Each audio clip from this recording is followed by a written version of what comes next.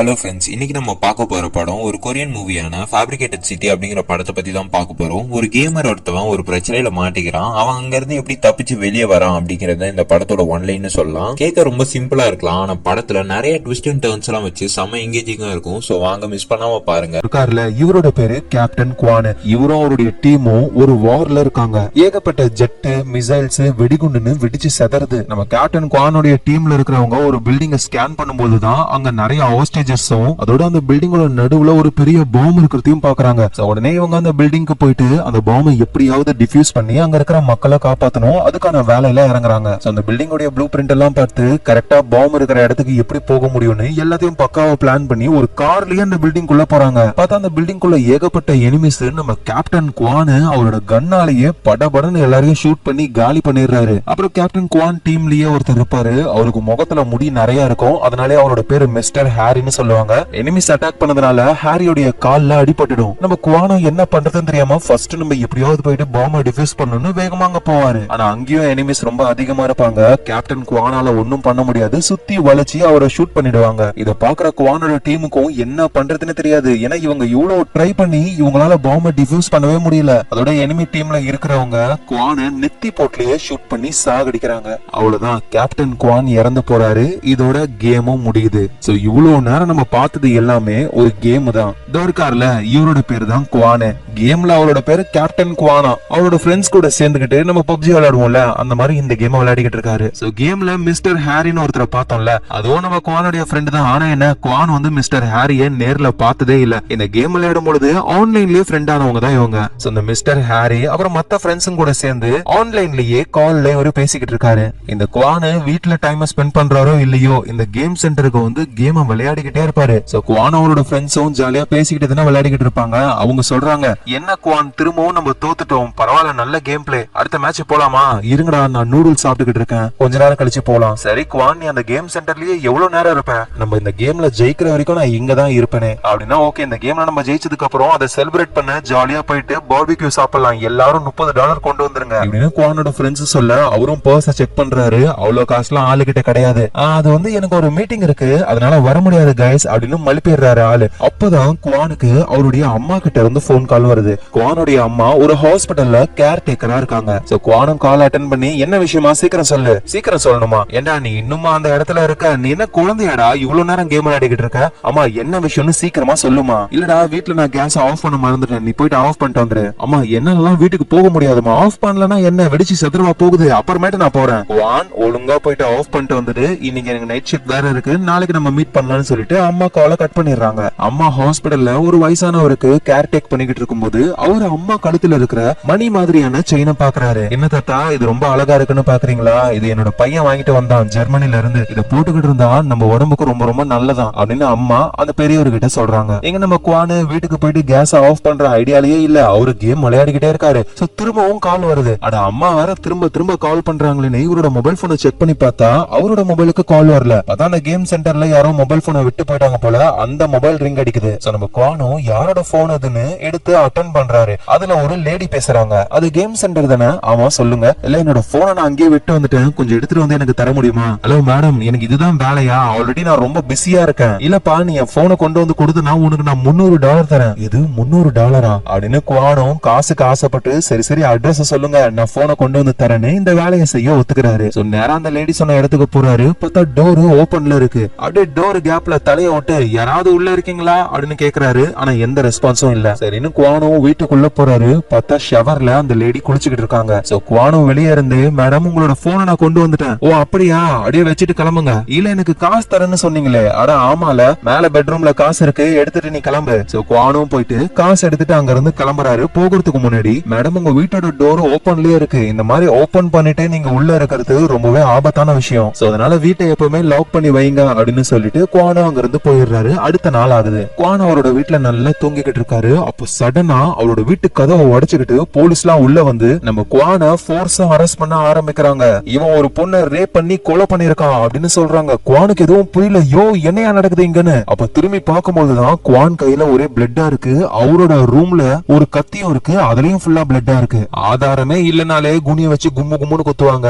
இப்ப ஆதாரத்தோட மாட்டி இருக்காரா? தலைவரை அப்படியே ஸ்டேஷனுக்கு பேக் பண்ணி கொண்டு போறாங்க. டிவி நியூஸ்ல ஆக்சுவலா நம்ம குவானு ஒரு பொண்ணை ரேப் பண்ணி கொன்னுட்டாருன்னு அப்படியே தீ மாதிரி இந்த விஷயம் ஊர் ஃபுல்லா பரவ ஆரம்பிக்குது. நம்ம குவானையும் போலீஸ் இன்வெஸ்டிகேஷன் பண்ண ஆரம்பிக்கிறாங்க. இந்த செக்ல அவனோட சைன் தானே இருக்கு அப்படின்னு கேட்கும் பொழுது குவானும் ஆமா ஆனா அப்படின்னு சொல்ல வரும்பொழுது ஒரு கத்திய கொண்டு வந்து வைக்கிறாங்க. இந்த கத்தில உன்னோட கைரேகை இருக்கு, இதை யூஸ் பண்ணி தான் நீ அந்த பொண்ணை கொண்டு இருக்க. குவான் எதுவும் புரியாம பார்க்கும் பொழுது இங்க டிவி நியூஸ்ல எல்லாம் வேற ஒரு விஷயம் ஓடுது. இந்த குவான் என்ற பையன் வேலை வெட்டி இல்லாம வெறும் கேமே விளையாடிக்கிட்டு இருப்பான். அதுவும் அந்த கேம்ல கொடூரமா அடுத்தவங்கள கொலை பண்றதுதான் வரும். இந்த மாதிரி மைண்ட் செட்ல இருக்கிறவன் இந்த மாதிரிதான் கொலை பண்ணுவானே அப்படின்னு என்னென்னமோ சொல்ல ஆரம்பிக்கிறாங்க. இது எல்லாத்தையும் குவானுடைய அம்மா பார்த்துட்டு அப்படியே ஷாக் ஆகி வேகமா போலீஸ் ஸ்டேஷனுக்கு வராங்க. என் பையன் எங்கன்னு கத்துறாங்க. அங்க இருக்கிற போலீஸ் எல்லாம் மேடம் நீங்க இங்க வரக்கூடாது அப்படின்னு சொல்லி தடுக்கிறாங்க. சோ இறந்து போன பொண்ண ஒரு கத்தியால கொண்டு இருக்காங்க. அந்த கத்தியில நம்ம குவானுடைய கைரேகை இருக்கு, டிஎன்ஏ எல்லாமே மேட்ச் ஆகுது. ஆனா இருந்தாலும் குவான் நான் தான் கொலை பண்ணேன் அப்படின்னு சொல்லி ஒத்துக்க மாட்டாரு. போலீஸ்க்கு என்ன பண்றதுன்னு தெரியல. இறந்து போன அந்த பொண்ணோட பாடியை வந்து ஃபோரன்சிக் பண்ணிருப்பாங்கல்ல, அதோடைய ரிப்போர்ட்டும் வருது.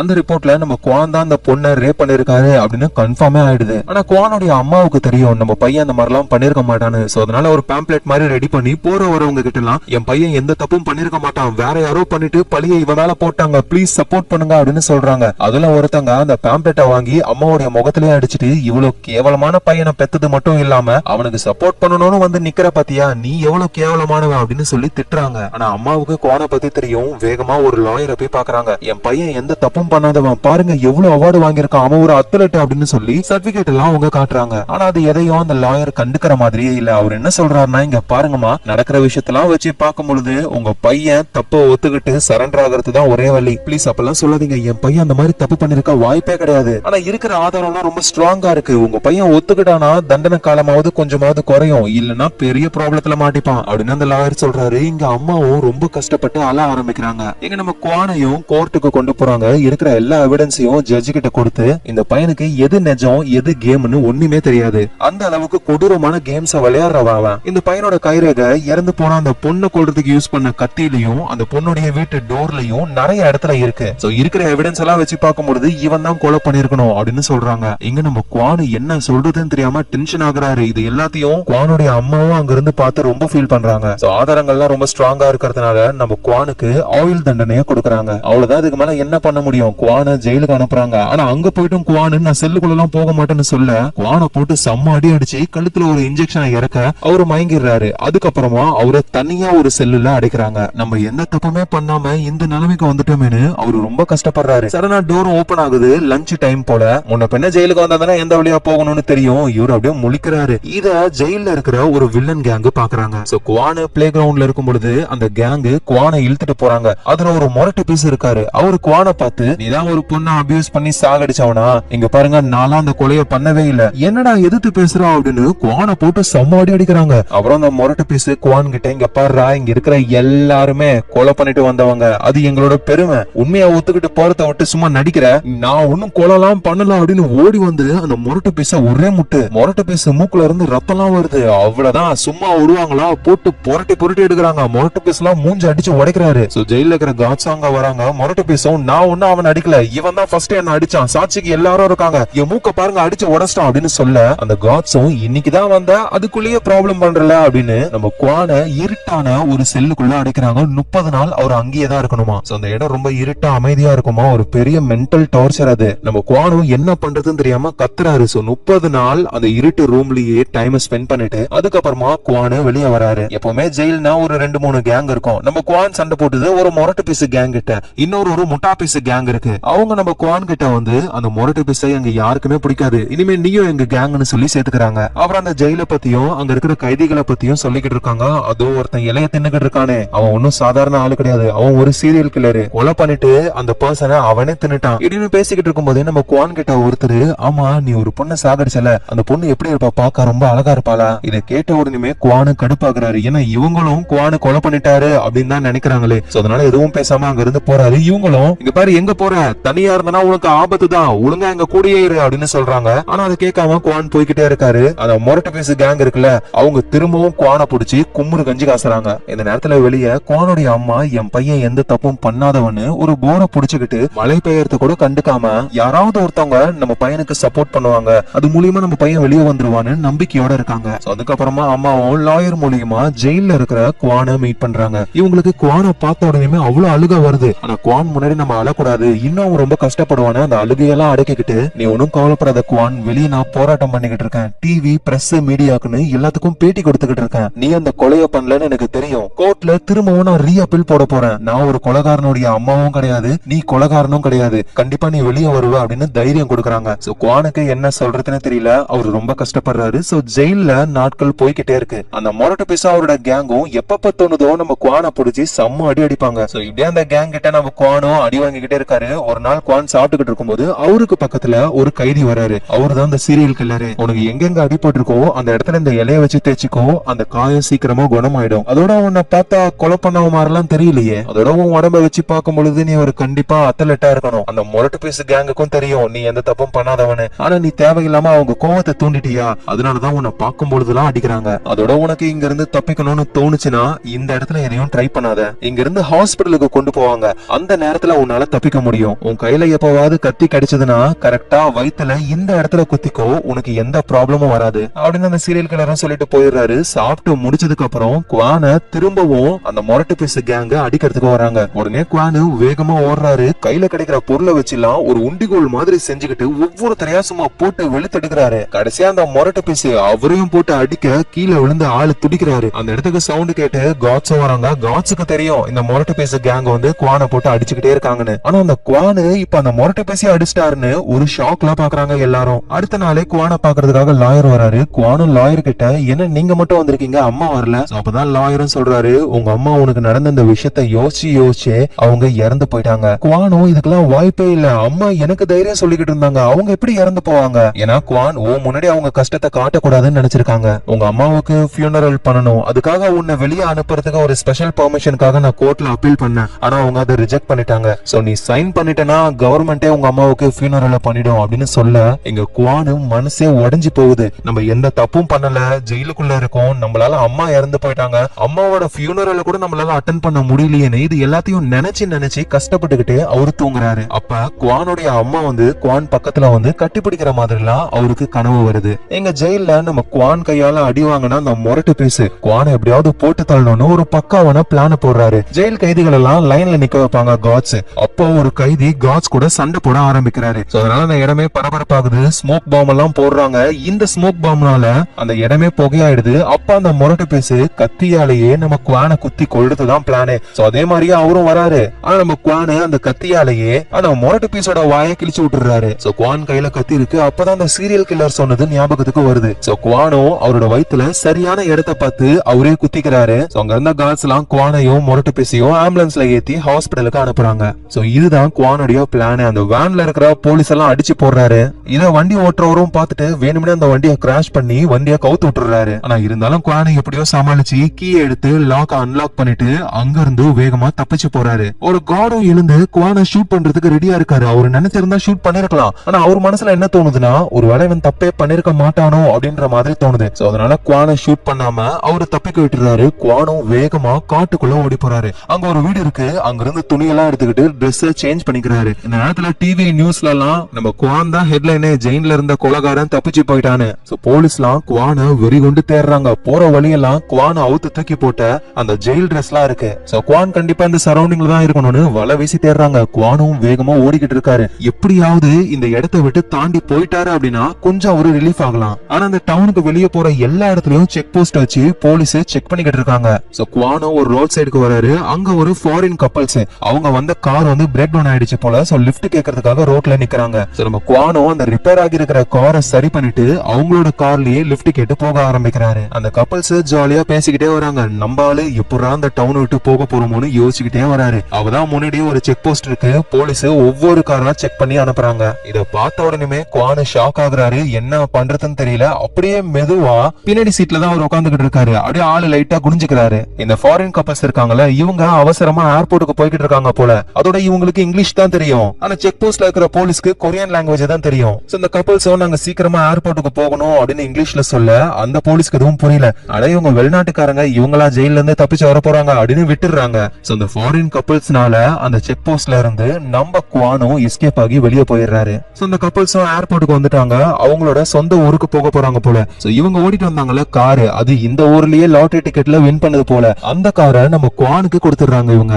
இப்படியே 2 நாட்கள் கடந்து போகுது. போலீஸ் எல்லாம் செம டென்ஷன் டென்ஷன் ஆகுறாங்க. தப்பிச்சு போன குவானை நம்ம இன்னும் கண்டுபிடிக்கவே இல்லைன்னு. சோ நம்ம குவானு சேஃபான ஒரு இடத்துல இருக்காரு. அவரை பார்க்க ஒரு லாயர் வருவார்ல, அந்த லாயருடைய வீட்டுக்குள்ள ஒளிஞ்சுக்கிட்டு இருக்காரு. அந்த லாயரும் குவானை பார்த்துட்டு ஷாக் ஆகுறாரு. எங்க பாருங்க சார், நான் எங்க போறதுன்னு எனக்கு சுத்தமா ஐடியாவே இல்ல, அதான் உங்க வீட்டுக்கு வந்தேன், ப்ளீஸ் ஹெல்ப் பண்ணுங்கன்னு சொல்ல லாயரும் ஹெல்ப் பண்ண ஒத்துக்கிறாரு. நம்ம குவானுடைய அம்மா தன்னைத்தானே கொன்னுகிட்டு இறந்து போயிட்டாங்க. எங்க அம்மா அந்த மாதிரி பண்ற கேரக்டரே கிடையாது, என்ன காப்பாத்தணும், என்னை எப்படியாவது வெளியே கொண்டு வரணும்னு அவங்க சொல்லிக்கிட்டு இருந்தாங்க. ஆனா திடீர்னு அவங்க இறந்து போயிட்டாங்கன்னா அதுல ஏதோ ஒரு மர்மம் இருக்கு. உடனே அந்த லாயரும் மேபி ஜெயில உனக்கு ஏதோ ஒண்ணு ஆயிடுச்சோன்னு யாராவது போன் பண்ணி அம்மா கிட்ட சொல்லிருக்கலாம், அதனால அவங்க இந்த தப்பான முடிவை எடுத்திருக்கலாம்ல அப்படின்னு பேசிக்கிட்டே அந்த லாயர் அம்மா போட்டிருப்பாங்கல்ல ஒரு செயின், அத குவான் கிட்ட கொடுக்கறாரு. அதோட இந்த லாயர் நைஸா போலீஸ்க்கும் கால் பண்ணி இந்த மாதிரி குவான் இங்கதான் இருக்கான்னு சொல்லிருப்பாரு. அதனால போலீஸும் வந்துகிட்டு இருக்காங்க. அப்படியே குவான் கிட்டயும் நீ தப்பிக்க வழியே கிடையாது குவான், எல்லா ஆதாரங்களும் உனக்கு எதிராக தான் இருக்கு, ஒழுங்கா நீ போலீஸ்ல சரண்டர் ஆயிடு, அதுதான் உனக்கு நல்லது அப்படின்னு சொல்றாரு. அதோட அங்க போலீஸும் வருது. குவானும் லாயரை நம்புறது வேஸ்ட்னு சொல்லி அங்க இருந்து எஸ்கேப் ஆயிடுறாரு. அப்புறம் குவானு ஒரு கேமிங் சென்டருக்கு போயிட்டு அங்க ப்ரௌஸ் பண்ண ஆரம்பிக்கிறாரு. இவரை பத்தின நியூஸ் ஏதாவது வந்திருக்கா அப்படின்னு. ஏன்னா அந்த கேஸ்ல இருந்து அவர் வெளியே வரணும்னா ஃபர்ஸ்ட் அந்த கேஸ பத்தி நல்லா தெரிஞ்சுக்கணும். ஆனா என்னதான் கூகுள் பண்ணி பார்த்தாலும் இவருக்கு தேவையான நியூஸ் வர மாதிரியே இல்ல.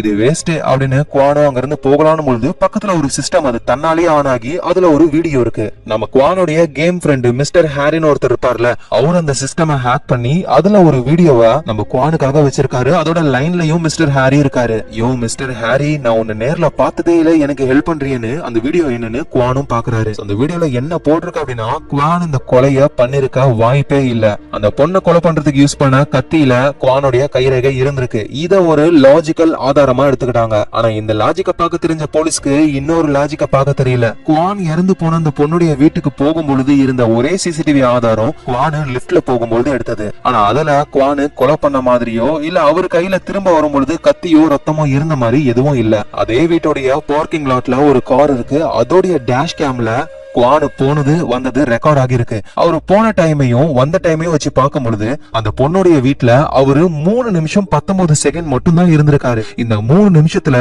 அந்த பொண்ணை ரேப் பண்ணி 33 தடவை அந்த பொண்ணை கத்தியால குத்தி அப்புறம் அந்த பொண்ணை தூக்கி கொண்டு போய் பாத்டப்ல வைக்கிறதுலாம் வாய்ப்பே இல்லாத ஒரு விஷயம். சோ இறந்து போன அந்த பொண்ணுடைய சோசியல் மீடியா பேஜ் எல்லாம் பார்க்கும் பொழுது ஒரு கிளப்ல அந்த பொண்ணு 3 மணிக்கு ஒருத்தர் கூட தனியா எங்கேயோ போயிருக்கா. அந்த பர்சனை போலீஸ் விசாரிக்கவே இல்ல. சோ இதுல ஏதோ ஒரு மர்மம் இருக்கு அப்படின்னு அந்த ஓடுது. சோ இப்படி அந்த வீடியோவை குவான் பாத்துக்கிட்டு இருக்கும்போது அந்த ஸ்டோருடைய ஓனர் குவானை பார்த்துட்டு இவன் வாண்டட் லிஸ்ட்ல வர ஆள் தானேன்னு போலீஸ்க்கு கால் பண்றாரு. லைன்ல மிஸ்டர் ஹாரி இருக்காருல, அவரு குவான் கிட்ட கேப்டன் அந்த ஸ்டோருடைய ஓனர் போலீஸுக்கு கால் பண்றான், சீக்கிரமா அங்க இருந்து போங்க அப்படின்னு சொல்றாங்க. ஏன்னா கேம்ல வந்து இவரோட பேரு கேப்டன் குவாங் தானே, அதனால கேப்டன்னே கூப்பிடுறாரு. சோ குவானும் வேகமா அந்த ஸ்டோருடைய ஓனர் கிட்ட போயிட்டு அந்த போனை பிடுங்கி விட்டுட்டு அங்க இருந்து போறாரு. அப்புறம் மிஸ்டர் ஹாரி வந்து குவான ஒரு இடத்துக்கு வர சொல்லிருப்பாரு. அந்த இடத்துக்கு நம்ம குவான் போயிட்டு வெயிட் பண்றாரு மிஸ்டர் ஹாரிய மீட் பண்றதுக்காக. இவ்வளவு நாள் ஆன்லைன்லயே பேசிக்கிட்டு இருந்த அந்த மிஸ்டர் ஹாரிய இவரு நேர்ல மீட் பண்ண போறாரு.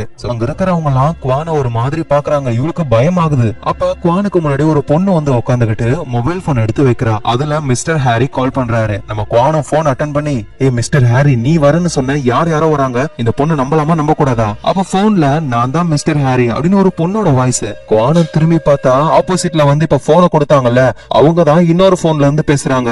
என்னது, நீ தான் மிஸ்டர் ஹாரியா? ஆமா, நான் தான் மிஸ்டர் ஹாரி. ஆம்பளை குரல்ல பேசிக்கிட்டு இருந்த கேம் விளையாடும் போதுலாம் இல்லப்பா, வாய்ஸ் மாத்திர ஆப் எல்லாம் யூஸ் பண்ணி என் குரலை சேஞ்ச் பண்ணி உங்க கூட விளையாடிக்கிட்டு இருந்தேன். சோ குவானுக்கு என்ன பண்றதுன்னு தெரியல. இப்ப இவங்களை விட்டாலும் வேற வழி இல்ல. சோ அந்த பொண்ணு குவான ஒரு பாதுகாப்பான இடத்துக்கு கொண்டு போறாங்க. சோ இந்த பொண்ணோட பேரு யோ. ஒரு ஹேக்கர் மாதிரி ஃபுல் செட்டப்போட இந்த இடத்துல தான் இந்த பொண்ணு வாழ்ந்துகிட்டு இருக்கா. நம்ம குவானு அந்த பொண்ணு கிட்ட ஒரு வார்த்தை கூட பேசவே இல்ல. வீட்டுக்குள்ள வந்துட்டு அவர் உட்கார கூட இல்ல. அப்ப குவானுக்கு போன் வருது. மிஸ்டர் ஹாரின்ற பேர்ல பண்றது அந்த யோ தான். எதுக்காக நின்னுகிட்டே இருக்கீங்க, எங்க வேணாலும் உட்காருங்க அப்படின்ற மாதிரி சொல்றாங்க. நேர்ல பேசிக்க மாட்டாங்க, போன் கால்ல பேசிக்கிறாங்க. அப்ப வீட்டுக்கு வெளியே ஒருத்தர் வராரு கையில அரிசி மூட்டையோட. சார், அரிசி மூட்டை டெலிவரி கொண்டு வந்திருக்கேன். உடனே வீட்டுக்குள்ள இருந்துகிட்டு ஐயோ அந்த வாய்ஸ மாத்தி மூட்டையை கீழே வச்சுட்டு போங்க அப்படின்ற மாதிரி சொல்றாங்க. இதெல்லாம் பாக்குற குவானுக்கு விசித்திரமா இருக்கு. அப்புறம் அந்த அரிசியை கொண்டு வந்து சமைச்சு 2 பேரும் சாப்பிடுறாங்க. குவான் ரொம்ப நாள் கழிச்சு சாப்பிடுற நல்ல சாப்பாடே இதுதான். அதனால ரொம்ப ஒரு எமோஷனல் ஆகுறாரு. இத பாக்குற அந்த யோன்ற பொண்ணும் அகைன் நம்ம குவானுக்கு கால் பண்ணி நேர்லயே பேசிக்காம போன் கால்லயே,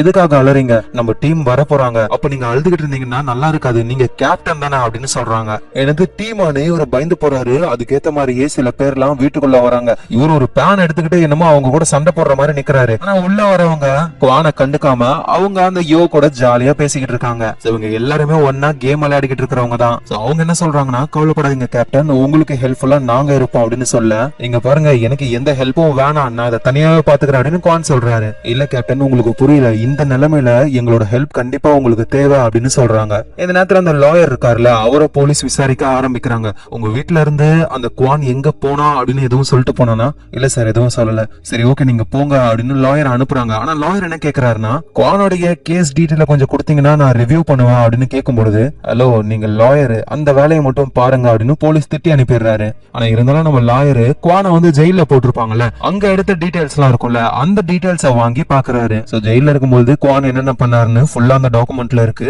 ஒரு பெரிய முரட்டு பீஸ போட்டு அடிச்சிருக்காரு. அந்த முரட்டு பீஸ் யாருன்னு பார்த்தா, கொலை கொள்ள போதை பொருள் கடத்துறது, ஆள் கடத்துறது, எல்லா வேலையும் செய்யறவன். இவ்வளவு பெரிய ஆளையே அந்த குவான் அடிச்சிருக்கானா, சத்தியமா தைரியசாலி தான் அவன் அப்படின்னு லாயர் நினைச்சுக்கிட்டே போறாரா. அப்ப பின்னாடி இருந்து ஒரு காரு ஹார்ன் அடிக்கிறாங்க. யோ என்னையா இவ்வளவு ஸ்லோவா போய்கிட்டு இருக்க, இவ்வளவு ஸ்லோவா பார்த்தா பஸ்ல போக வேண்டியதானா அப்படின்னு லாயர் காருக்கு முன்னாடி ஸ்கிட் அடிச்சுட்டு போறான் அந்த ஆளு. லாயரும் கடுப்பாகி அந்த ஸ்கிட் அடிச்சுட்டு போனார்ல, அவரோட கார் நம்பரை நோட் பண்ணி வச்சுக்கிறாரு. எங்க நம்ம குவானுக்கு ஹெல்ப் பண்ணுன்றதுக்காக அவரோட கேம்ல விளையாடுற டீம் இப்ப நேர்லயே வந்து இன்வெஸ்டிகேஷனா ஆரம்பிக்கிறாங்க. அந்த யோன்ற பொண்ணு இருக்கால, அவ பயங்கரமான ஹேக்கர் போல, இருக்கிற எல்லா சிசிடிவி கேமராவையும் ஹேக் பண்ணி வச்சிருக்கா. சோ நம்ம கேப்டன் குவான் அந்த பொண்ணோட வீட்டுக்கு போயிட்டு வந்ததுக்கு அப்புறம் இருந்த 24 மணி நேரம் ஃபுட்டேஜ்ல ஏதாவது சந்தேகப்படுற மாதிரி கிடைக்குதான்னு ஒவ்வொருத்தங்களா தேடிக்கிட்டு இருக்காங்க. ஏன்னா இறந்து போன அந்த பொண்ணுடைய வீட்டுக்கு குவான் போகும்பொழுது அந்த பொண்ணு குளிச்சுக்கிட்டு இருந்தா. அப்புறம் அவர் வந்ததுக்கு அப்புறமும் அந்த பொண்ணு கண்டிப்பா உயிரோட தான் இருந்திருக்கணும். அதுக்கப்புறம் யாரும் போன மாதிரியோ எந்த சிசிடிவி ஃபுட்டேஜ்லயும் எந்த ஒரு ஆதாரமும் இல்ல. ஆனா அப்பதான் ஒருத்தர் நோட் பண்றாரு, இந்த சிசிடிவி ஃபுட்டேஜ் எல்லாம் எடிட் பண்ணி வச்சிருக்காங்க. ஒரு சில இடங்களை மறைக்கணும்ன்றதுக்காக அந்த இடங்கள்ல ஒரு பெரிய ட்ரக்க எடிட்டிங்ல அந்த இடத்துல வச்சிருக்காங்க. அதுவும் ஒண்ணு இல்ல ரெண்டு இல்ல, அந்த ஒரே ட்ரக்கு ஒரே நேரத்துல நிறைய இடங்கள்ல இருக்கிற மாதிரி எடிட்டிங்ல வச்சிருக்காங்களா. சோ ஏதோ ஒரு விஷயத்த மறைக்கணும்ன்றதுக்காக தான் இந்த மாதிரி பண்றாங்க. ஃபர்ஸ்ட் நம்ம அந்த ட்ரக்க பத்தி கண்டுபிடிக்கணும்னு அந்த ட்ரக்கோட லைசென்ஸ் பிளேட் நம்பரை வச்சு பார்க்கும்பொழுது பக்கத்துல இருக்கிற ஒரு ஜங்கி ஆர்ட்ல தான் அந்த ட்ரக் இருக்குன்னு தெரிய வந்து, நம்ம குவானும் அவரு கூடவே ஆன்லைன்ல கேம் விளையாடுறவரு, அவரோட பேர் வந்து டெமாலிஷனா, இவங்க ரெண்டு பேருமே அந்த ஜங்கி ஆர்ட்டுக்கு போறாங்க. அங்க இவங்க நினைச்ச மாதிரியே அந்த ட்ரக் இருக்கு. அந்த ட்ரக்குக்கு பக்கத்துலயே கோட் சூட் மாட்டிக்கிட்டு ரெண்டு பேரு ஒரு பிளாக் கலர் கார்ல ஏறி போறாங்க. குவானும் நான் உங்களை ஃபாலோ பண்றேன், நீ இங்கே இருந்து பாத்துக்கோ அப்படின்னு சொல்லிட்டு அந்த கோட் சூட் போட்டவங்கள ஃபாலோ பண்ணிக்கிட்டே இவரும் கார்ல பின்னாடியே போறாரு. அந்த கோட் சூட் போட்டவங்க ஒரு வீட்டுக்கு போறாங்க. குவானும் அந்த வீட்டுல போயிட்டு நைஸா பார்க்கும் பொழுது அந்த வீடு ஃபுல்லா ரத்தம் தெரிச்சு போயிருக்கு. அந்த இடத்த நிறைய பேர் என்னமோ பண்ணிக்கிட்டு இருக்காங்க. அப்புறம் ஒரு சவ் பெட்டி மாதிரி ஒண்ணு இருக்கு, அதை திரும்பவும் அந்த பிளாக் கலர் கார்ல போட்டுக்கிட்டு அகைன் அந்த ஜங்கி ஆர்ட்டுக்கு போறாங்க. சோ குவானோ அவரோட ஃப்ரெண்ட் டெமாலிஷன் இருக்காருல்ல, அவருக்கு கால் பண்ணி, டேய் அந்த கார்ல வந்தவங்க திரும்ப வராங்க, அவங்க என்ன பண்றாங்கன்னு வாட்ச் பண்ண அப்படின்னு சொல்ல, அதே மாதிரி அந்த காரும் வருது. அந்த சவ் பெட்டியை கொண்டு போயிட்டு ஒரு ஃப்ரிட்ஜ் பாக்ஸ் குள்ள வச்சு அதை அந்த ட்ரக்குக்குள்ள ஏத்தி அந்த ட்ரக்கையே ஒரு ஃப்ரிட்ஜ் கடை கம்பெனியோட ட்ரக் மாதிரி மாத்திட்டு அந்த ட்ரக்கும் அங்க இருந்து போகுது. இந்த விஷயத்த குவான் கிட்ட நம்ம டெமாலிஷன் சொல்றாரு, டேய் என்னடா சொல்லிக்கிட்டே இருக்க, அந்த ட்ரக்க ஃபாலோ பண்றா அப்படின்னு சொல்ல, டேய் இருந்த காரை நீ எடுத்துட்டு போயிட, நான் எப்படி ஃபாலோ பண்றது, சரி விடு நான் ஏதாவது ஒண்ணு பண்றேன்னு அந்த டெமாலிஷன் யாருக்கிட்டயோ லிஃப்ட் கேட்டு அந்த ட்ரக்க ஃபாலோ பண்ணி போய்கிட்டு இருக்காங்க. அது ஒரு வயசான தாத்தா, எப்பா தம்பி நீ உண்மையிலேயே போலீஸ் தானா? ஆமா ஆமா போலீஸ் தான், நீ ரோட்டை பார்த்து ஃபர்ஸ்ட் வண்டியை ஓட்டு. சோ இப்படியே அவங்க ட்ரக்க ஃபாலோ பண்ணி போய்கிட்டு இருக்கும்போது அந்த ட்ரக் பணக்காரங்களாம் வாழ்ற பெரிய பிளாட்டுக்கு போயிடுது. சோ அந்த இடத்துல செக்யூரிட்டி எல்லாம் வேற லெவல்ல இருக்கும். டெமாலிஷனால உள்ள போக முடியல. நம்ம குவான் கிட்டயும் நடந்த விஷயத்த சொல்ல இவங்க பிளான் பண்ண ஆரம்பிக்கிறாங்க. ஃபர்ஸ்ட் அந்த பில்டிங் உடைய சர்வரை ஹேக் பண்ணணும். ஏன்னா உள்ள நிறைய சிசிடிவி கேமரா இருக்கு, அதை கண்ட்ரோலுக்கு கொண்டு வரணும். அதனால ஒரு லைனை கட் பண்ணி அதை சரி பண்ண போற மாதிரியே சீனா போட்டு உள்ள போயிட்டு அங்க இருக்கிற சர்வர்ல பக் ஃபிக்ஸ் பண்ணி மொத்த சிசிடிவி கேமரா கண்ட்ரோலும் நம்ம ஹேக்கர் யோவுடைய கண்ட்ரோலுக்கு வருது. சோ அந்த சிசிடிவியை யூஸ் பண்ணி அந்த சவுப்பெட்டிய எந்த வீட்டுக்கு கொண்டு போனாங்க, லிஃப்ட்ல இருக்கிற பாஸ்வேர்டு என்னன்னு எல்லாத்தையும் கண்டுபிடிச்சிடுறாங்க. அதை நம்ம குவான் கிட்ட சொல்ல அவரு அந்த வீட்டுக்குள்ள தனியா போக ஆரம்பிக்கிறாரு. பாஸ்வேர்டை போட்டு லிஃப்ட ஓபன் பண்ணி எந்த ஃப்ளோரோ அந்த வீட்டுக்குள்ளயும் போயிடுறாரு. அது யாரோட வீடுனா ஒரு பெரிய கம்பெனியோடைய சேர்மனோட வீடு. சோ அந்த வீட்டுக்குள்ளதான் அந்த சவ் பெட்டியும் இருக்கு. இவரும் ஓபன் பண்ணி உள்ள என்ன இருக்குன்னு பார்த்தா ஒரு பர்சனுடைய டெட் பாடி, அதுவும் அவர் ஒரு செலிபிரிட்டி வேற. குவானுக்கு எதுவும் புரியல, எதுக்காக இந்த செலிபிரிட்டிய கொன்னு வேற ஒருத்தருடைய வீட்டுல கொண்டு வந்து வைக்கணும்னு. நம்ம ஹேக்கரையும் வீட்டுக்குள்ள ஆளுங்க வராங்க, சீக்கிரமா ஒளிஞ்சுக்கோ அப்படின்னு சொல்றாங்க. சோ குவான் அந்த இடத்துல ஒளிஞ்சுக்கிறாரு. வீட்டுக்குள்ள நிறைய பேர் வராங்க. அவங்க எல்லாருமே இந்த வீட்டுக்குள்ள சில தடயங்களை உருவாக்குறாங்க. இப்ப இறந்து போயிருக்காருல இந்த செலிபிரிட்டி, அவரை வேற யாரோ கொன்ன மாதிரி வீட்டுக்குள்ள ஆதாரங்களை ரெடி பண்றாங்க. ஏதோ ஒரு பர்சனுடைய முடி, நகம், சலைவா, ஒரு கிளவுஸ் மாதிரி வச்சிருக்காங்க. அதுல பிங்கர் பிரிண்ட் எல்லாம் அவங்க அச்சு வைக்கிறாங்க. அப்புறம் இறந்து போன ஒரு செலிபிரிட்டி இருக்காருல்ல, அவரை ஒரு பெரிய கண்ணாடியில பதப்படுத்தி வைக்கிறாங்க. அந்த கண்ணாடியிலயும் பிங்கர் பிரிண்ட வச்சு விடுறாங்க. இதெல்லாம் பார்த்து அந்த ஹேக்கர் பொண்ணு நம்ம குவானோடைய ஃப்ரெண்ட்ஸ்னு எல்லாரும் ஷாக் ஆகுறாங்க. குவானோ அங்க இருந்து பார்த்து ஷாக் ஆகுறாரு. அவங்க வெளியே போனதுக்கு அப்புறம் குவானோ வெளியே வந்து இங்க என்னடா நடக்குதுன்னு ஒன்னும் புரியாம பாத்துக்கிட்டு இருக்காரு. என்னதான் நம்ம ஹேக்கர் யோ வந்து இந்த பில்டிங்ல இருக்கிற எல்லா சிசிடிவி கேமராவையும் ஹேக் பண்ணாலும் இந்த ரூம்குள்ளேயே ஒரு சின்னதா ஹிடன் கேமரா இருக்கு. அதை உங்களால ஹேக் பண்ண முடியாது, ஏன்னா அது பிரைவேட் லைன். சோ அந்த கேமரா வழியா நம்ம குவான யாரோ ஒருத்தவங்க பாத்துக்கிட்டு இருக்காங்க. யாரான்னு பார்த்தா அது அந்த லாயர். சோ இப்பதான் எல்லா விஷயமும் புரிய வருது. நடக்கிற எல்லாத்துக்குமே காரணம் இந்த லாயர் தான். சோ இப்போ ஒரு கொலை நடந்துருச்சுன்னா அதை யாராவது முக்கியமான ஆளுங்க கொலை பண்ணிட்டாங்கன்னா அந்த கொலையில இருந்து அவங்க தப்பிக்கணும். அதுக்கு இந்த லாயர் ஹெல்ப் பண்றாரு. இப்ப இந்த டிவி ஷோல இருக்கிற செலிபிரிட்டி இருக்காருல்ல, அவரை கொன்னுட்டாங்க. சோ இந்த லாயர் கொலை பண்ணவனுக்கு பதிலா வேற ஒருத்தரை குற்றவாளியா ஆக்கணும். சோ அதுக்காக லாயர் கிட்ட ஊருக்குள்ள வேலை வெட்டி செய்யாம சும்மா சுத்திக்கிட்டு இருக்கிறவங்களுடைய லிஸ்ட் நிறைய இருக்கு. அது வந்து லாயரோட ஆபீஸ்ல ஒரு சீக்ரெட் டோர் மாதிரி ஒன்னு இருக்கு. லாயரோட ஃபேஸ் அது ஸ்கேன் பண்ணிட்டு அதுக்கப்புறமா தான் ஓபன் ஆகுமே. அந்த இடத்துல ஒரு பெரிய ஸ்கிரீன், ஃப்ளோர் ஃபுல்லாவே ஸ்கிரீன் தான், அதுவும் டச். சோ இறந்து போன அந்த செலிபிரிட்டி எந்தெந்த இடத்துக்கு ரெகுலரா போறாரு அப்படின்னு நோட் பண்ணி அந்த இடத்துல யாராவது இன்டராக்ட் ஆகுறாங்களா இல்ல சம்பந்தப்படுறாங்களான்னு நோட் பண்ணிட்டு அந்த பர்சனை இந்த லாயர் சூஸ் பண்ணுவாரு. சோ அப்படி அந்த செலிபிரிட்டி கூட ஒரு பொண்ணோட ப்ரொஃபைல் பக்காவா செட் ஆகுது. சோ இந்த பொண்ணு தான் அந்த செலிபிரிட்டியை கொன்னுட்டா அப்படின்னு மாத்தனா அவ்வளவுதான், அந்த பொண்ணால தப்பிக்கவே முடியாது. ஆனா அதுக்கு சாலிடான எவிடன்ஸ் வேணும். அதுக்காக அந்த பொண்ணுடைய வீட்டுக்கே போறாங்க. அந்த பொண்ணுக்கு மயக்க மருந்து கொடுத்து அந்த பொண்ணுடைய தலைமுடி, வீட்டுல இருக்கிற அந்த பொண்ணோட டிஎன்எஸ் எல்லாம் கலெக்ட் பண்றாங்க. இதெல்லாம் தாண்டி அந்த பொண்ணோட பிங்கர் பிரிண்ட ஸ்கேன் பண்ணி அதை ஒரு டெக்னீஷியனுக்கு அனுப்புறாங்க. அவர் என்ன பண்ணுவாருன்னா அந்த பொண்ணோட பிங்கர் பிரிண்ட் மாதிரியே ஒரு கிளவுஸ் ரெடி பண்ணுவாரு. இது எல்லாத்தையும் லாயரோட ஆளுங்க சம்பவம் எந்த இடத்துல நடக்கணுமோ அந்த இடத்துல செட் பண்ணுவாங்க. அந்த பொண்ணோட பிங்கர் பிரிண்ட், முடியெல்லாம் செட் பண்ணிட்டு அந்த பொண்ணுக்கும் இவருக்கும் லிங்க் இருக்கிற மாதிரி போட்டோஸ் எல்லாம் ஃபேக்கா ரெடி பண்ணி வச்சுட்டு அழகா அந்த பொண்ணு கோத்து விடுறதுதான் பிளானு. இந்த மாதிரி யாரோ ஒருத்தர் பண்ண தப்ப வேற ஒருத்தர் மேல பழிய போடுறதுதான் இந்த லாயரோட வேலையே. ஆனா நம்ம குவானு கிட்டத்தட்ட லாயர் கிட்ட நெருங்கிட்டாரு. ஆனா அதுக்கு முன்னாடியே லாயர் குவான பாத்துட்டாரு. குவான காலி பண்ணணும்ன்றதுக்காக ஜெயில இருக்கிற யாரோ ஒருத்தரை வெளியே கொண்டு வரதுக்கான வேலையை பாக்குறாரு. எங்க குவான் அவங்களுடைய ஃப்ரெண்ட்ஸும் யோசிச்சுட்டு இருக்காங்க. இறந்து போனது ஒரு செலிபிரிட்டி, ஆனா அவரை வேற ஒரு இடத்துல கொண்டு வந்து வச்சிருக்காங்க. அது யாருன்னு பார்க்கும்பொழுது ஒரு பெரிய கம்பெனியுடைய சேர்மேன். சோ என்னதான் விஷயம்னு யோசிக்கும் போதுதான் நியூஸ் பேப்பர்ல ஒரு ஆர்டிகல் வந்திருக்கு. இந்த சேர்மேன் இருக்காருல, அவரோட பொண்ணும் இந்த செலிபிரிட்டியும் லவ் பண்ணிருக்காங்க. அப்படி வந்த ஏதோ ஒரு தகராறுனால அந்த செலிபிரிட்டியை கொன்னுட்டாங்க போல. இப்ப அந்த சேர்மனுடைய பொண்ணு பேரு மாட்டக்கூடாது. சோ அதனால என்ன பண்றாங்கன்னா வேற ஏதோ ஒரு பொண்ணை ஃப்ரேம் பண்ணி அந்த பொண்ணு தான் செலிபிரிட்டியை கொன்ன மாதிரி மாட்டி விட்டுக்கிட்டு இருக்காங்கன்னு இது எல்லாத்தையும் புரிஞ்சுக்கிறாங்க. சோ ஃபர்ஸ்ட் இவங்க மாட்ட போற அந்த பொண்ணை கண்டுபிடிக்கணும். சோ அதனால லாயரோட ஆளுங்க பிங்கர் பிரிண்ட யூஸ் பண்ணிருப்பாங்கல்ல, அதுல ஒரு போட்டோ ஃப்ரேம் நம்ம குவான் கொண்டு வந்திருப்பாரு. அதுல இருக்கிற பிங்கர் பிரிண்ட அனலைஸ் பண்ணி அந்த பொண்ணு இருக்கிற இடத்தையும் கண்டுபிடிச்சிடறாங்க. சோ எப்படியா இருந்தாலும் அந்த பொண்ணை சேர்மனுடைய வீட்டுக்கு வர வச்சு அதுக்கப்புறமா தான் மாட்டி விடவே முடியும். சோ அதனால அந்த பொண்ணுடைய போனை இவங்க ஹேக் பண்ணோம். அந்த பொண்ணு ஒரு சலூன் கடையில இருப்பாங்க. தலைக்கு ஷாம்பு போடுறதுக்காக போனை வச்சுட்டு போயிடுவாங்க. அங்க நம்ம குவானுடைய ஆளு வந்து போன்ல பக்க செட் பண்ண போனையும் இவங்க ஹேக் பண்ணிடுவாங்க. சோ யார் யார் போன் பண்றாங்க, என்ன பேசிக்கிறாங்கன்னு எல்லாமே லைவா அவங்களால கேட்க முடியும். அந்த பொண்ணு ஷாம்பு போட போனாங்கல்ல, அந்த பொண்ணை இழுத்து போட்டு ஒருத்தர் அடிக்க ஆரம்பிக்கிறாரு. காசு வாங்கினா ஒழுங்கா கொடுக்க மாட்டியா அப்படின்னு சொல்லி அடிச்சுக்கிட்டு இருக்காரா. நல்ல வேளை குவான் அங்க வந்து அந்த ஆளை அப்படியே புடிச்சுக்கிட்டு இழுத்துட்டு தூரமா போயிடுறாரு. அதுக்கப்புறமா அந்த பொண்ணு யார் யார் கூட பேசுறாங்கன்னு எல்லாத்தையுமே ஒட்டு கேட்டுக்கிட்டு இருக்காரு குவான். சோ இப்படியே கேட்டுக்கிட்டு இருக்கும்போது அந்த பொண்ணுக்கு ஒரு போன் கால் வருது. ஒரு லேடி பேசுறாங்க. அந்த பொண்ணுடைய வாலெட் தொலைஞ்சு போச்சு போல, அதை கண்டுபிடிச்சிட்டேன், வந்து வாங்கிக்கோங்க அப்படின்னு சொல்றாங்க. இதை கேட்ட உடனே குவான் ஒரு விஷயத்த புரிஞ்சுக்கிறாரு. இதே லேடி தான் என்னோட போனை நான் விட்டுட்டு போயிட்டேன், வந்து கொடுங்கன்னு சொல்லிருப்பாங்க. சோ அப்படி போனை கொடுக்க இவர் போனதுனாலதான் இந்த ப்ராப்ளத்துல அவர் மாட்டினாரே. சோ அதே டெக்னிக்கை யூஸ் பண்ணி தான் இப்ப இந்த பொண்ணையும் மாட்டி விட போறாங்க. இந்த விஷயத்த குவான் நம்ம ஹேக்கர் யோ கிட்ட சொல்ல, உனக்கு கால் பண்ணி மாட்டி விட்ட அந்த லேடிக்கு திரும்பவும் நான் கால் பண்றேன், ஒரு 3 நிமிஷம் மட்டும் நம்ம பேசிட்டா போதும், அந்த லேடியோட லொகேஷனை கண்டுபிடிச்சிடலான்னு கால் பண்ணி யோ வந்து குவான் கிட்ட கொடுக்கறாங்க. அவருக்கு அந்த லேடியோட வாய்ஸ் கேட்ட உடனே செம கடுப்பாகுது. ஏன்னா அந்த லேடியால தான் இவ்வளவு கஷ்டப்பட்டாரு, அவரால பேசவே முடியல. உடனே நம்ம யோ வாங்கி அந்த வாய்ஸ மாத்தி பேசுவாங்கல்ல, அந்த மாதிரி பேசி ஒரு 3 நிமிஷத்துக்கு இழுத்து விட்டு அந்த லேடிய அசிங்கமா திட்டுறாங்க. சோ இப்போ அவங்களுக்கு அந்த லேடியோட லொகேஷன் கிடைச்சிருச்சு. குவானும் நேரா அந்த லேடியை பிடிக்கிறதுக்காக போறாரு. ஆனா அதுக்குள்ளேயே லாயரோட ஆளுங்க வந்து அந்த லேடியை காப்பாத்தி பைக்ல கூட்டிட்டு போயிடுறாங்க. ஏன்னா லாயருக்கு தெரியும்ல குவான் கொஞ்சம் கொஞ்சமா நம்மள நெருங்கிக்கிட்டு இருக்கானு, அதனால அந்த பொண்ணை சேவ் பண்றாரு. சோ குவானுக்கு என்ன பண்றதுன்னு தெரியல. அங்க இருக்கிற மக்கள் எல்லாம் குவானை பார்த்துட்டு இவன் ஜெயில இருந்து தப்பிச்சவன் தானு போலீஸ்க்கு கால் பண்றாங்க. சோ குவானு ஒரு கார் எடுத்துக்கிட்டு வேகமா அந்த லேடியை பைக்ல கூட்டு போயிட்டு இருக்காங்களா, இவரு ஃபாலோ பண்ணி போய்கிட்டே இருக்காரு. பின்னாடியே போலீஸும் குவானை தரத்திக்கிட்டே வராங்க. ஒரு கட்டத்து மேல குவானுடைய கார் ஒர்க் ஆகாம புகையுது. சோ அவ்வளவுதான், குவானு போலீஸ் போலீஸ் கிட்ட மாட்டிக்கிட்டாரு. என்ன பண்றதுன்னு அவருக்கு தெரியல. அப்போ ஒரு பெரிய ட்ரக் வந்து போலீஸ்காரன் முட்டி மோதுது. அங்க இருக்கிற போலீஸ் எல்லாம் செதற விட்டுட்டு ஒரு கும்பல் இறங்கி வந்து குவானை பிடிக்கிறாங்க. அது யாரான்னு பார்த்தா ஜெயில இருந்த மொரட்ட பீஸ். அந்த லாயரு இந்த மொரட்ட பீஸை ரிலீஸ் பண்ண வச்சு குவானை காலி பண்றதுக்கு பிளான் பண்ணிருக்காரு. சோ அதுக்கு ஏத்த மாதிரியே குவானை புடிச்சு கொண்டு போய் செம்ம அடி அடிக்கிறாங்க.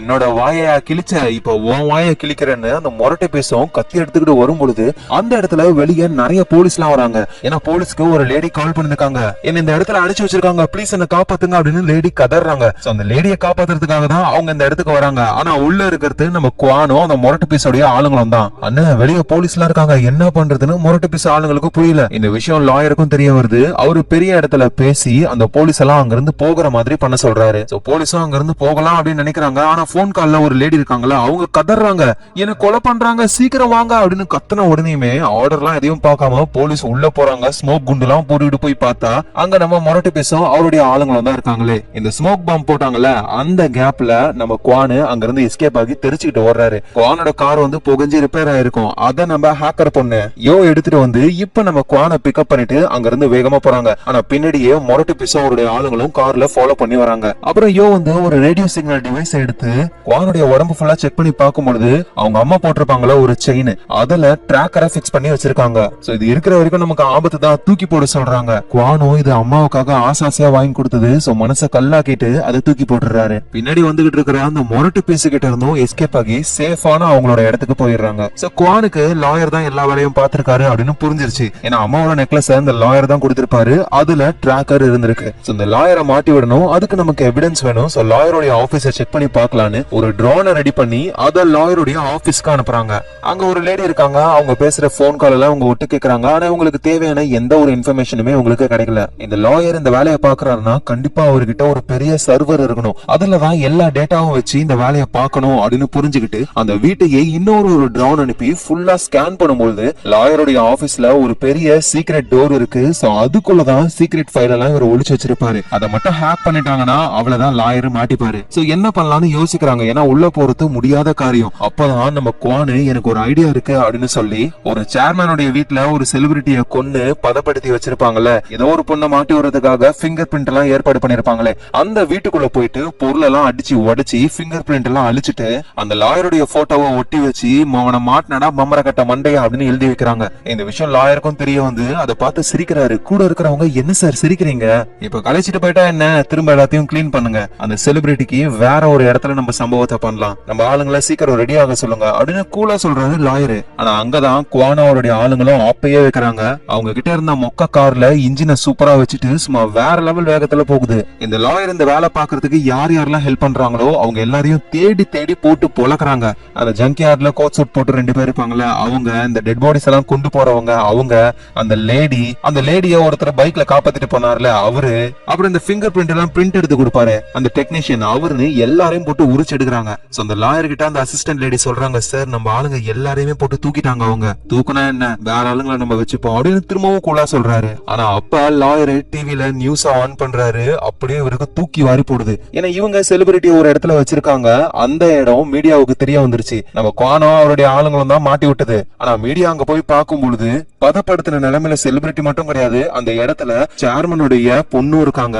உண்மையிலேயே அந்த செலிபிரிட்டியை கொன்னது இவங்க தான். ஆனா வேற ஒருத்தர் மேல பழிய போறதுதான் லாயரோட பிளானா இருந்தது. ஆனா இப்போ நம்ம குவானோருடைய டீமும் சேர்ந்து உண்மையான குற்றவாளியவே மாட்ட வச்சுட்டாங்க. சேர்மன் கிட்ட இருந்து லாயருக்கு போன் வருது, யோ என் பொண்ணு மாட்டக்கூடாதுன்னு சொன்னேன், இப்ப என்ன என் பொண்ணைய மாட்டி விட்டீங்க அப்படின்னு கத்துறாரு. சோ லாயரும் டென்ஷன் ஆகுறாரு. ஆனா அதை எதையும் வெளிக்காட்டிக்கல. அப்புறம் அவருக்கு ஒரு போன் கால் வருது நம்ம குவான் கிட்ட இருந்து. அதை எடுத்துக்கிட்டு அப்படியே பக்கத்து ரூமுக்கு போறாரு. அந்த லாயருடைய அசிஸ்டன்ட் பாக்குறாங்க ஒரு மாதிரி வித்தியாசமா. உள்ள போயிட்டு ஒரு அட்டென்ட் பண்ணி, ஹே குவான் இது நீதானே, எப்படி லாயர் கரெக்டா கண்டுபிடிச்சிட்டீங்க, எனக்கு தெரியும் நீதானே, என் பிளான் எல்லாத்தையும் சொதப்பிட்டல, நீ இது வரைக்கும் யாருமே என் முன்னாடி இந்த மாதிரி பண்ணதே கிடையாது, முத தடவையா நீ பண்ணிருக்க, ஆனா எனக்கு ரொம்ப ரொம்ப சந்தோஷமா இருக்கு, எனக்கு சரியான எதிரி கிடைச்சிட்டான் அப்படின்னு இவர் பேசுறாரு. ஆனா குவானு கட் பண்ணிட்டு போயிட்டாரு. இந்த லாயரும் புரிஞ்சுக்கிட்டு, நான் பேசும்போதே கட் பண்ணிட்டு போயிட்டியான்னு அங்க இருக்கிற பொருள் எல்லாம் போட்டு அடிச்சு உடைக்கிறாரு. ஏண்டா இங்க இவ்வளவு விஷயங்கள் நடந்திருக்கு, எதுக்குமே அந்த லாயர் கண்டுக்கவே இல்ல, கூலா இருந்தாரு. ஆனா பேசும்போது போன் கால் கட் ஆயிடுச்சுன்னு அவ்வளவு கான்ல அடிச்சு உடைக்கும் போதுதான் வெளியே இருந்த அசிஸ்டன்ட் மயங்கி கிடக்குறாங்க. அப்படின்னா குவான் இங்கேயும் வந்துட்டான் அப்படின்னு லாயர் புரிஞ்சுக்கிட்டு ஆபீஸ்ல ஒரு சீக்கிரட்டான இடம் இருக்கும்ல, அந்த இடத்துக்குள்ள ஃபேஸ் லாக்லாம் அன்லாக் பண்ணி டோரை திறந்து உள்ள போகலான்னு போது அப்படியே நம்ம குவான் வந்து லாயரை பிடிச்சுக்கிட்டு அவரும் அந்த சீக்ரெட் ரூம்குள்ள வந்துடுறாரு. அப்புறம் அந்த லாயரை போட்டு போட்டு செம்ம அடி அடி வாங்கினதுல ஆளு மயங்கியே விழுந்துடுறாரு. அதுக்கப்புறமா அந்த டேட்டா பேஸ்ல பாக்கும்போதுதான் நம்ம குவானுக்கும் மயக்க மருந்து கொடுத்து தூங்கிக்கிட்டு இருக்கும்போது அவரோட சலைவா, அவரோட பிங்கர் பிரிண்ட்னு எல்லாத்தையுமே அவங்க எடுத்திருக்காங்க. சோ அதோட ஃபுட்டேஜ் எல்லாம் இருக்கு. இதை மட்டும் அவர் வெளியே கொண்டு வந்துட்டாருன்னா போதும், அவ்வளவுதான், இவரு நிரபராதியா ரிலீஸ் ஆயிடலாம். சோ மயக்கத்துல இருந்தும் லாயர் கண்ணு முழிச்சு எழுந்து, என்ன எல்லாத்தையும் பாத்துட்டியா, உங்க அம்மாவை நான் கொன்னேன், அதை மட்டும் நான் வீடியோ எடுக்கல, ஆனா எப்படி கொன்னேன்னு சொல்லட்டுமா அப்படின்னு கேட்ட உடனேயுமே குவான் செமையா கடுப்பாகி லாயரை போட்டு செம்ம அடி அடிக்கிறாரு. அப்ப லாயரோட போனுக்கு ஒரு கால் வருது. அதுல பேசுறது முரட்டு பேசுதான். நம்ம குவானுக்கு ஹெல்ப் பண்ண அவரோட ஃப்ரெண்ட்ஸ், அந்த ஹேக்கர் பொண்ணுன்னு எல்லாரையுமே முரட்டு பேசு புடிச்சு வச்சிருக்காரு. அந்த ஃப்ரெண்ட்ஸ்ல ஒருத்தரை போட்டு தள்ளிட்டு அந்த கொலையை பண்ணது அந்த ஹேக்கர் பொண்ணு தானே இப்போ பழிய போட போறாங்க.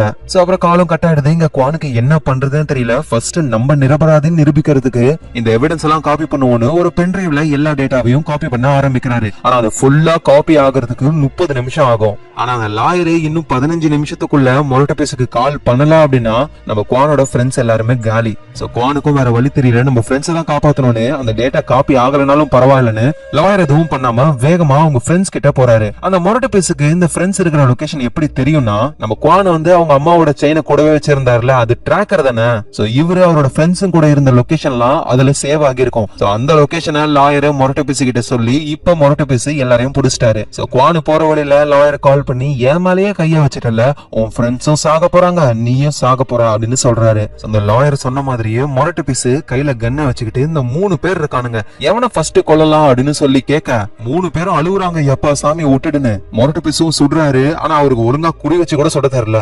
அதுக்கப்புறமா பக்கத்துல இருக்கிற அடியாளு கிட்ட இருந்து கன்னை வாங்கிக்கிட்டு பக்கத்துல வந்து நின்னு, இப்ப என் குறி மிஸ் ஆகாதுன்னு சுடலானும் போது கரண்ட் கட் ஆயிடுது. ஃபுல்லா கும் இருட்டு, பக்கத்துல யார் இருக்காங்கன்னு கூட தெரியல. அப்போ சின்னதா பொடி பொடியா அந்த ரேடியம் லைட்ஸ் மாதிரி ஏதோ ஒண்ணு செதறுது. அத போறது யாருன்னு பார்த்தா நம்ம குவானு தான். அந்த ரேடியம் லைட்ஸ் எல்லாம் ஆள் மேல படும் பொழுது லைட்டா வெளிச்சம் தெரியுது. அந்த வெளிச்சத்தை யூஸ் பண்ணி குவானு அங்க இருக்கிற எல்லாரையுமே போட்டு அடிக்கிறாரு. இந்த அளவுக்கு ஏன் இவரு சூப்பரா சண்டை போடுறாரு அப்படின்னா, அத்லெட்னு ஸ்டார்டிங்ல இருந்து சொல்லிக்கிட்டு இருந்தல, எந்த அத்லெட்னா இவரு ஒரு ஃபைட்டரு. சோ அங்க இருக்கிறவங்கள போட்டு புரட்டி எடுத்துட்டு அவரோட ஃப்ரெண்ட்ஸையும் காப்பாத்திட்டு அங்க இருந்து வேகமா எஸ்கேப் ஆகி வராங்க. இந்த நேரத்துல அந்த லாயர் நம்ம குவானு ரொம்ப ரொம்ப மோசமானவர், இன்னும் சொல்ல போனா ஒரு சைக்கோ கொலகாரன்ற ரேஞ்சுக்கு டிவில நியூஸ் போட வச்சுட்டாரு. ஏன்னா அந்த செலிபிரிட்டியை உண்மையிலே கொண்டது யாரு, சேர்மனோட பொண்ணு. அந்த பொண்ணை வந்து கரெக்டா அந்த செலிபிரிட்டி இருக்கிற இடத்துக்கு கொண்டு வந்தது நம்ம குவான் தானே. அந்த சிசிடிவி ஃபுட்டேஜ் எல்லாம் போட்டு சேர்மனோட பொண்ணை மாட்டி விடணுன்றதுக்காக இந்த குவான் இந்த மாதிரி பண்ணிருக்கான் அப்படின்ற மாதிரி எல்லாத்தையுமே குவான் பக்கம் திருப்பிட்டாங்க. சோ இப்ப குவானையும் அவருடைய ஃப்ரெண்ட்ஸையும் போலீஸ், முரட்டு பிசுன்னு எல்லாருமே திரட்ட ஆரம்பிக்கிறாங்க.